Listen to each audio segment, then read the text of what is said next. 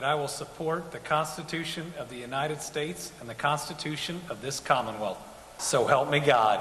All right, thank you. Kentucky Governor Andy Beshear now officially in his second term. He was sworn in at midnight in a private ceremony, but today the public is getting in on the celebrations.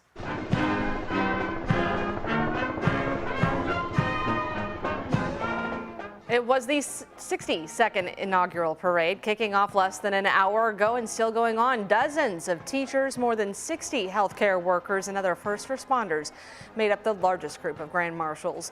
Beshear rolled in on a horse-drawn carriage with his family alongside his dad, former Governor Steve Beshear, the only father and son elected to the governor's mansion. Also a part of today's parade, a nod to LMPD officer Nick Wilt, who is still recovering, as you know, from Louisville's mass shooting in April, and Tommy Elliott, one of the victims from that day, who was at the parade in spirit as an honorary chair. Well, the day began with an inaugural breakfast attended by Lieutenant Governor Jacqueline Coleman, who spoke about the transition we can expect to see for the next 4 years. Our Jim Stratman and photojournalist Nelson Reyes were at the breakfast in Frankfort. Jim, you are getting a feel for all the preparations and celebrations today. You can still hear the parade festivities behind you. That's right, Brooke. We are knee-deep in the middle of this parade. We just saw the Western Kentucky University Marching Band pass by on their way up to the Capitol right now. Lots of people still out here for the parade in what is a festive atmosphere. And it's been a festive atmosphere all morning long. We attended the inaugural breakfast that the Lieutenant Governor was a part of earlier this morning.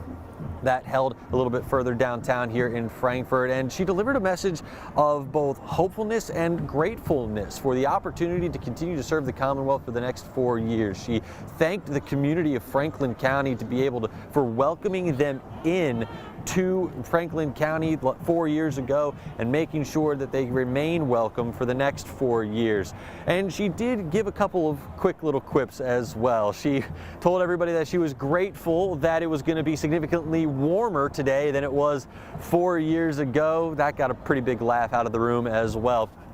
And also said again how she was just grateful to be able to take this opportunity to really take everything in. That's what she said she was going to be doing during the parade today, making sure she took all of this in, internalized it, and felt the gratitude and the thankfulness for being able to be in this position for another 4 years. We also talked with a couple of people who were at the inaugural breakfast for the very first time, big supporters of Andy Beshear, saying that they really appreciated being able to be a part of today, and we're excited to see what the governor would do for the next 4 years for the Commonwealth. Now, as you can see, we are still knee-deep in this parade. We've seen a lot of elected officials making their way past right now on their way up to the Capitol, which is just probably 200 yards away from where we're standing. It is a festive atmosphere. It was going to continue to be a festive atmosphere throughout the rest of the day. Lots still to come, capping things off with the inaugural ceremony coming up at 2 and then the inaugural ball later on tonight at 7.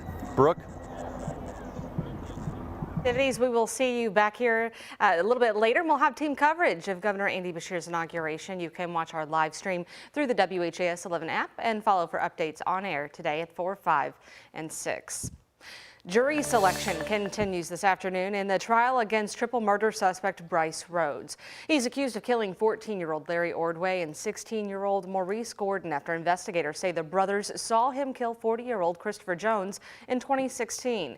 Rhodes has a history of outbursts in court and was told that would not be tolerated during this trial. On Friday, Judge Julie Kalin said if Rhodes causes a disturbance, he can sit outside the courtroom or wear a handcuff that deputies can use to shock him. Opening statements could begin as early as this afternoon. There is a new member on the Jefferson County Board of Education. Last night, the board appointed Gail Strange to represent District 1.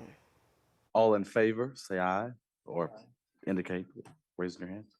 Ayes have it. We would like to welcome Ms. Gail Strange as the new District 1 representative on the Jefferson County Board of Education.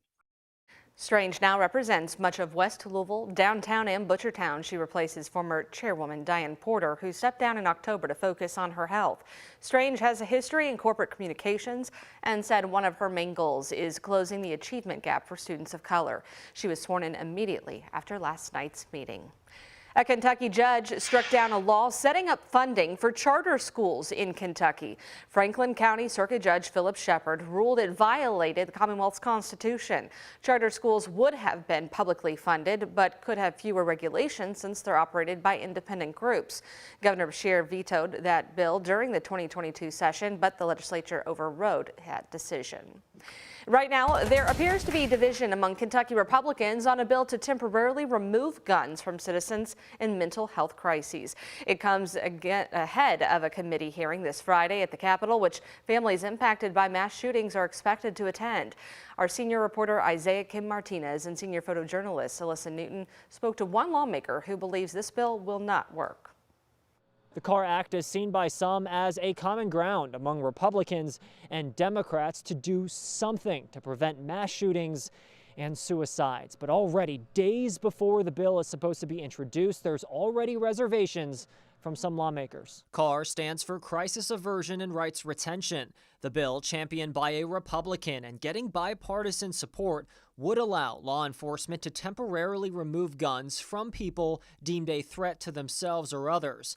But it wouldn't happen without a court order and the person themselves getting a chance to make their case for keeping the weapon. Whether you call it a red flag or an ERPO, at a bare minimum, it has the potential to violate at least 3 constitutional rights. Infringing upon the right to bear arms and due process are the concerns for Republican State Representative Savannah Maddox, a staunch conservative and former candidate for governor who's at times distanced herself from others in the GOP. In addition to the potential to violate due process, I think that we're also talking about a rebuttal of the presumption of innocence, which is something that is well enshrined in our American legal system. Maddox believes CAR would compromise those values, which she says is a non-starter. Now, as to whether her views will be echoed by other lawmakers in the committee hearing is to be seen Friday. Isaiah Kim Martinez, WHAS 11 on your side. We're told several versions of the CAR bill will be discussed Friday. Republican state lawmakers from Louisville are also set to introduce the Safer Kentucky Act, which is a proposal of policies to tackle violence, especially in Louisville.